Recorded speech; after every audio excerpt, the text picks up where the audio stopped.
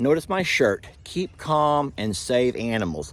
I was gifted this. I made a lengthy video on Facebook, but for you guys on YouTube who don't double dip into the Facebook pages, let me tell you real fast, just kind of short and sweet, who our saved or rescued animals are. Look at Rip, being Rip. Jolene, I'm trying to make an important video. Come on, littles. Let's go. Come on, babies. Come on. Who's hungry?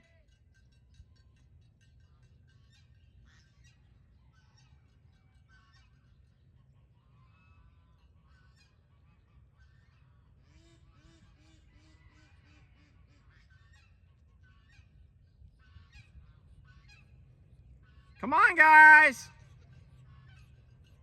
Ringo, be sweet.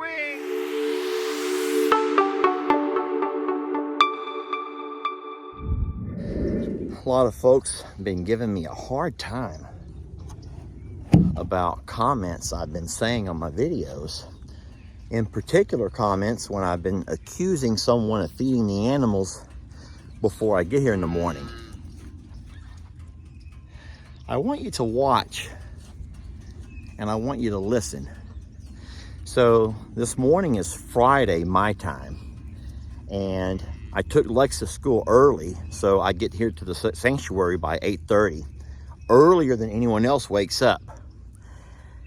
And sure enough, I pull up and I walk out to the barn and animals are going crazy. They're starving, but it's their routine. Their routine is a morning feed up. So I know animal behavior, especially my animals, enough to know when something is out of sorts. So yeah, I made a little video and I says, I feel like the animals are not themselves this morning. And I said that because their behavior was not normal. Mooing, like running up to the fence to look at me and look over the fence at me. All of the cows, horses standing there getting excited, jittery, jumping around, you know. And when I don't see that, when I don't hear this, then I know they've already been fed. Maybe not a full meal, because we don't give big meals in the morning, but we offer a morning kickstart to get me going. And that means that someone else already beat me to that. And the rule is Lester does morning feed up. Lester does the morning feed up. So my comment was simple. I said, I feel like someone's already come over here this morning and done a morning feed up, probably to get an early morning video. Man, did I take all H-E-double-L in the comments. This is what happens though when you know your babies are ready for their early morning feed up. And on those particular mornings when I made those videos and no one was coming out, no one was coming to me, no, everyone was, Jolene and Waylon were laying in the corner. I think you probably know the video I'm talking about. And I'm like, someone's already fed. Someone's already fed. I'm not trying to be mean. I'm trying to be responsible. And I'm trying to make everyone understand that there's a routine for a reason. We don't want to overfeed these babies. We don't want to underfeed these babies. Look at this. Guys, I know their behavior. Every video is not trying to throw somebody under the bus.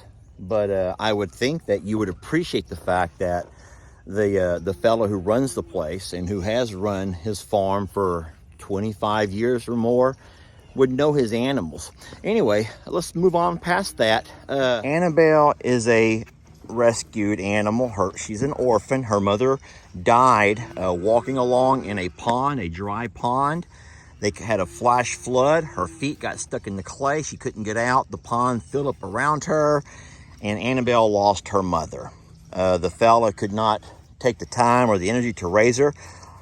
himself. He got her to eating a little bit of grain, and at that point he reached out to us. We sent Jake to get her, and so Annabelle is a rescue / surrender.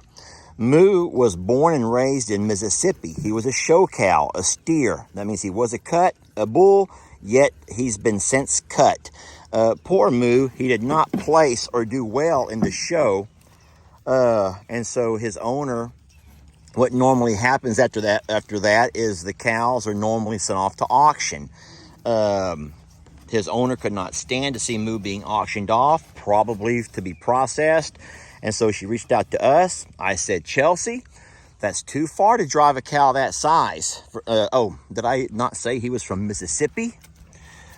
She's like, if I take the time to get him to you, will you take him? And I says, okay, if you want to drive him all the way over here, but I'm telling you, that's too far of a drive. She and her boyfriend took 2 days. They made it a slow trip down. They stopped and gave him plenty of rest along the way. And now we have a beautiful big galoot named Moo, who is another one of our rescues. Both of these boys were surrendered to us as well. Let's talk about Voodoo first. A lady named Miss Claire had bought Voodoo as a youngster to become her riding horse. Claire has money, so she put Voodoo into stables and had him professionally trained.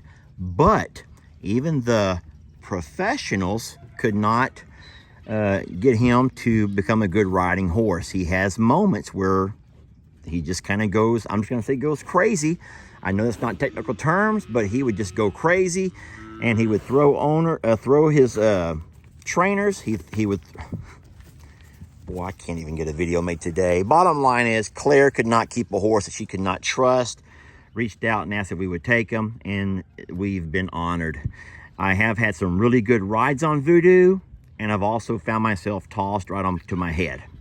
Bucky's was actually rescued from a horse rescue.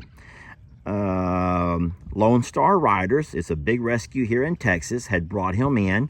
He's blind in his right eye and has a spinal issue. Lone Star Riders rescue could not keep him because of the fact that the other horses were being mean, picking on him because he was different. All right.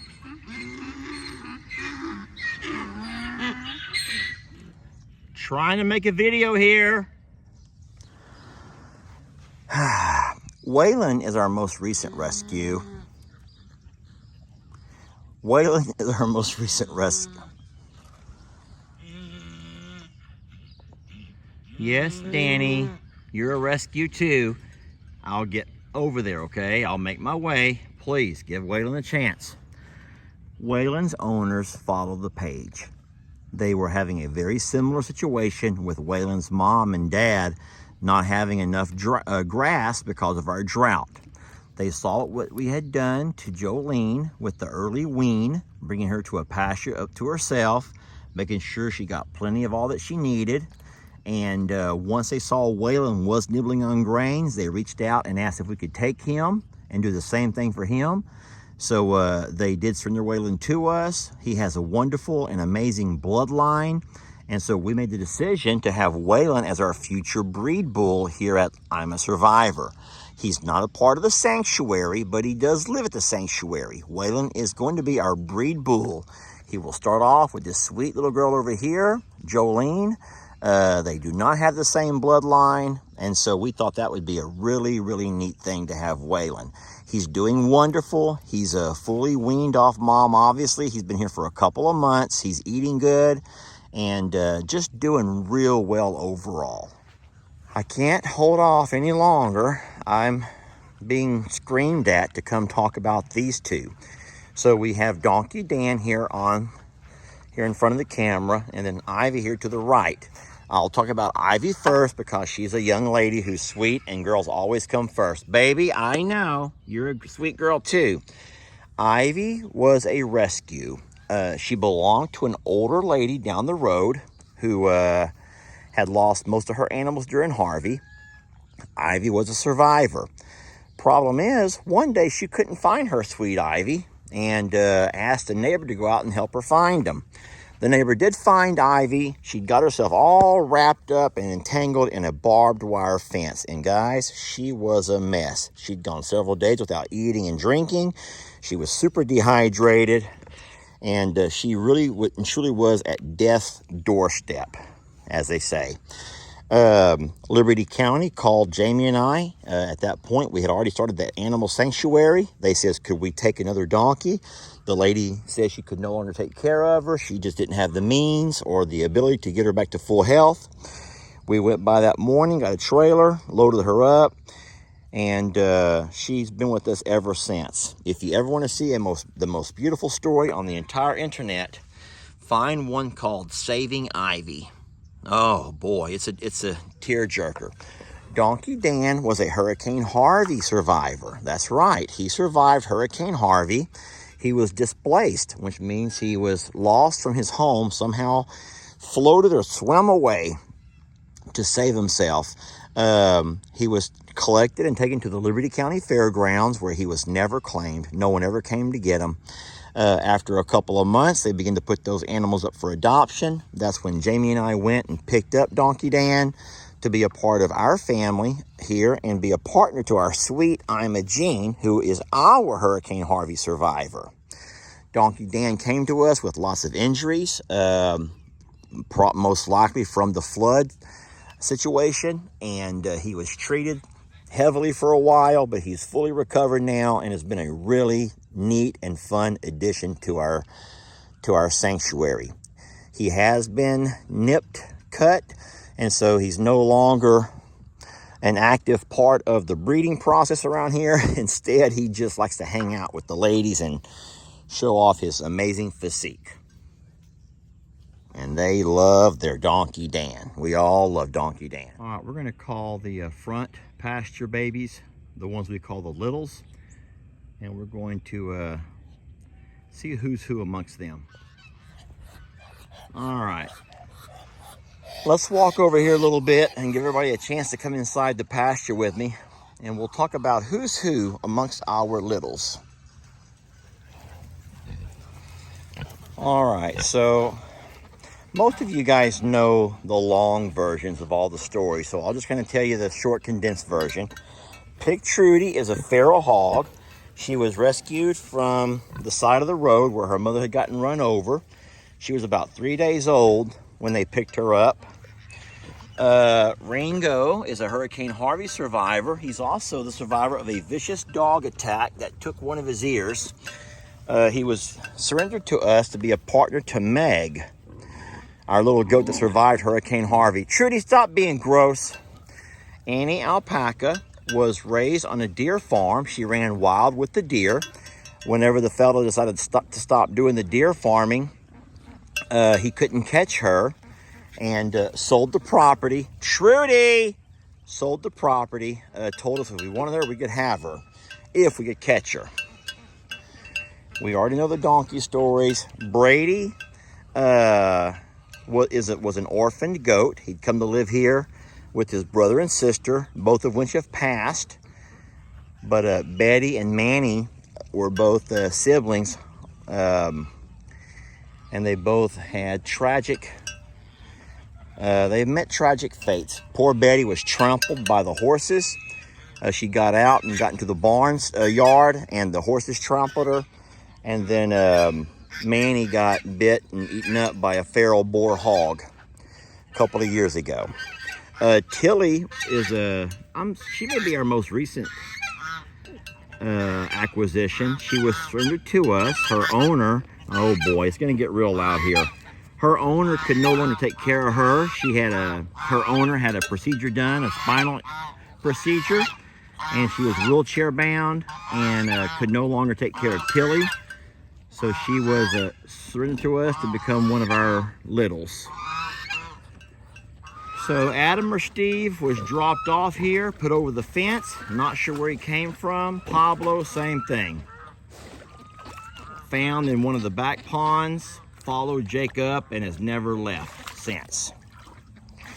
Who am I forgetting? Guys, that might be all. That might be all of the rescues and those that were surrendered to us. This is the great Cornholio. He lived across the street in the neighborhood, and he was also victim to several dog attacks. His owner did not think that she could keep him safe where they lived, and so she reached out to us and we brought him in. He's been a really neat addition to the farm. He's had his ups and downs as far as his love life goes, but through thick and thin, he has stayed true to who he is, and we love him very much. And I would say of all of our feathered babies, he might rank as #1 as most popular and most beloved, our sweet Cornholio.